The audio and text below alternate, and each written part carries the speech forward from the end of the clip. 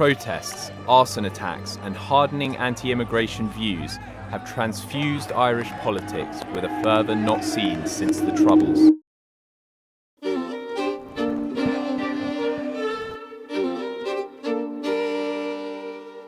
In the middle of the commotion, the swirling fumes and blaring sirens, a discomforting truth came to light. Fortunately, I think Ireland is becoming the new Sweden. Ireland, long admired for its welcoming stance towards immigrants who had helped shape its economy, society, and demographics, now face a harsh reality. And yet this government is fixated on increasing the population when we don't have the capacity to sustain the people who are already here. The Ireland that seemed immune to xenophobia and demagoguery and backlash was not so different after all.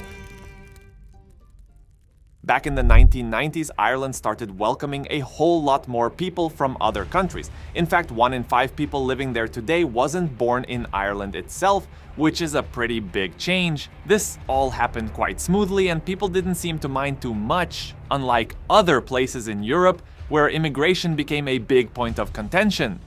In France, Italy, Hungary, and even during Brexit, people were arguing about it all the time, but not in Ireland. Even when a new, more progressive political party called Sinn Féin came to power, things stayed calm. No restriction on immigration. That was Sinn Féin's position as far back as 1998 under the leadership of Gerry Adams. Everyone had their own ideas about why Ireland was so different. Maybe it was because they'd been through similar struggles as a country, having sent many people abroad themselves in the past. Maybe it was just because their economy was doing well and needed more workers, even after a rough patch. Or maybe the Irish are just naturally friendly and easygoing. More Poles, Brits, Indians, Romanians, Brazilians, sure, it's grand, they might say. But then things took a dark turn.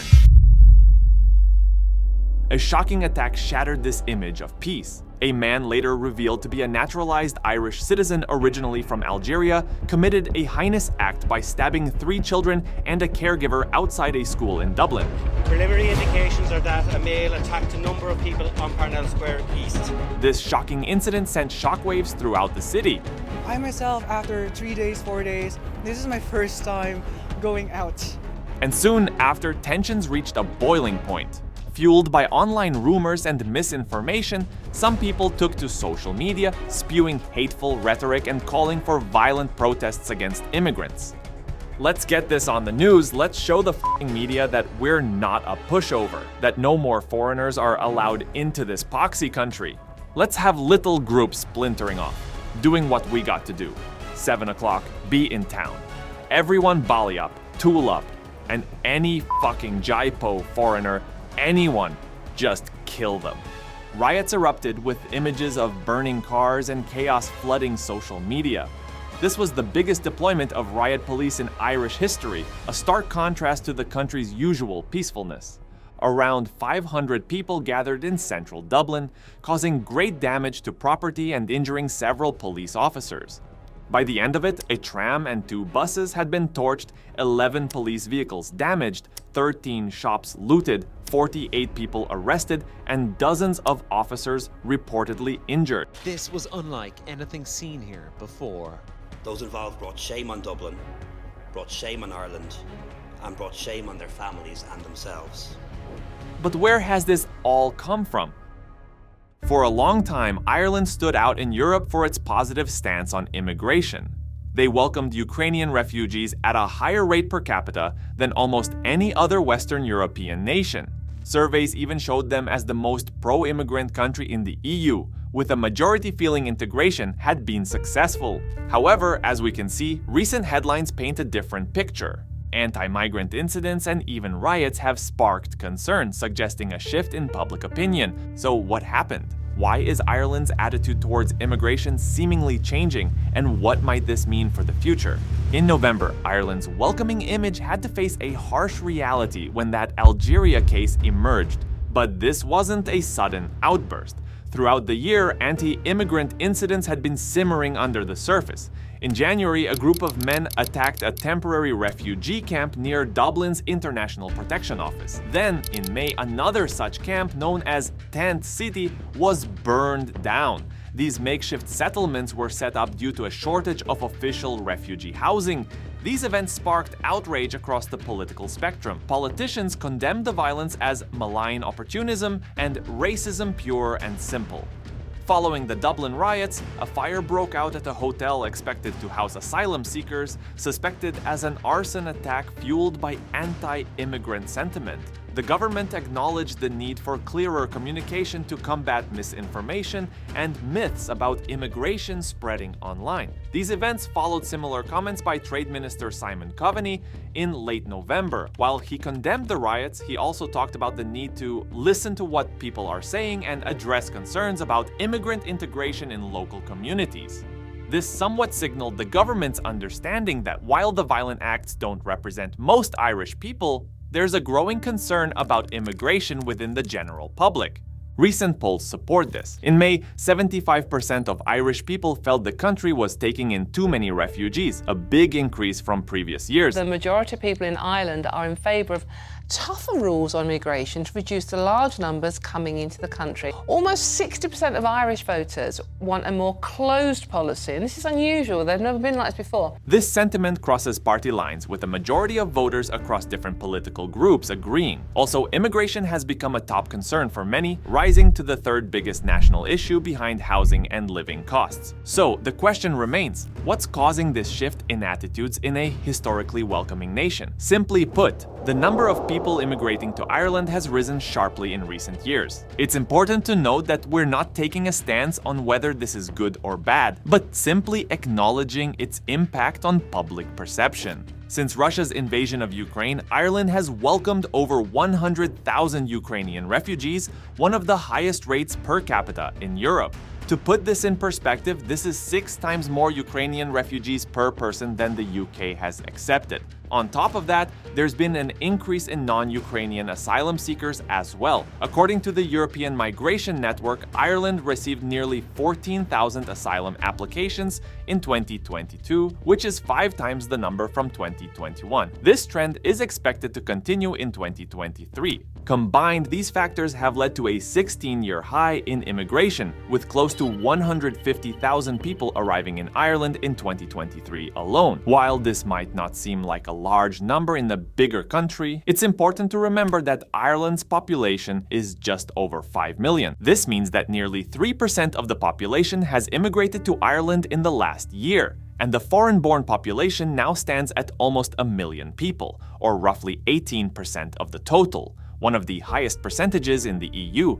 While the number of immigrants arriving is a big factor, it's not the sole concern. Even putting aside the complex question of how many refugees a country should accept, Ireland simply faces practical challenges in handling such a rapid influx.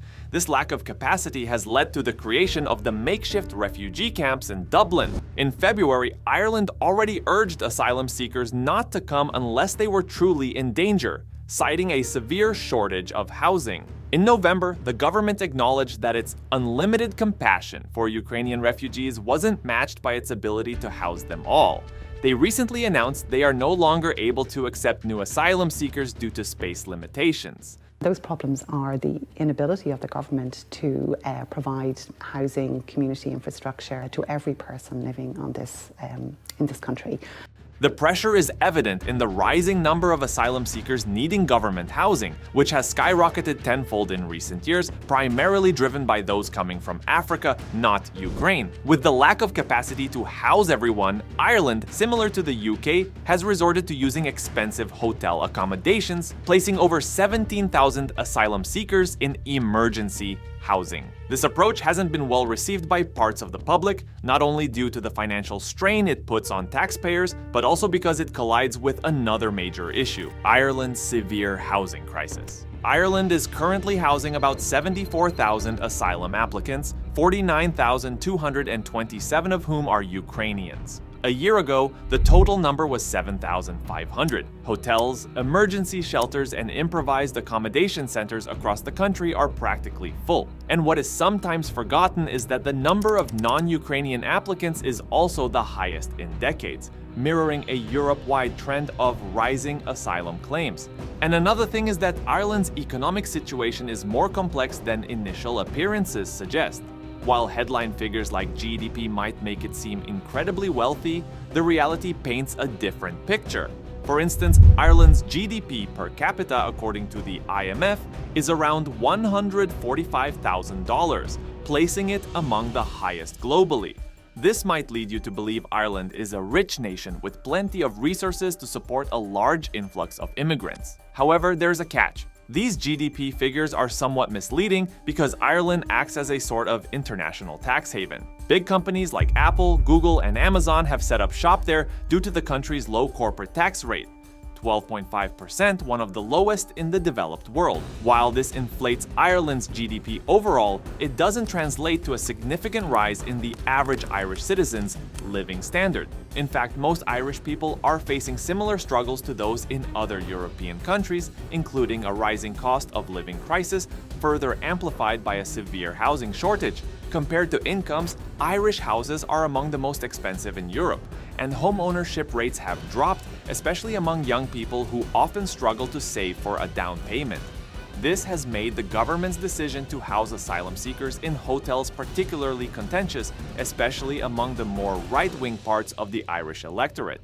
So, there are 3 reasons Ireland has apparently soured on immigration: the increase in the number of immigrants, the pressure it puts on Ireland's asylum system, and how it adds to Ireland's ongoing housing crisis. But do you remember the anger against the government for bailing out banks after the economic crash? That frustration is still there, and it's now mixing with concerns about immigration. People are already struggling with housing costs and stagnant wages, and they see the government spending money on asylum seekers, leading to some feeling left behind. This frustration has fueled protests and online discussions, which may influence future elections. Most of my friends want an election.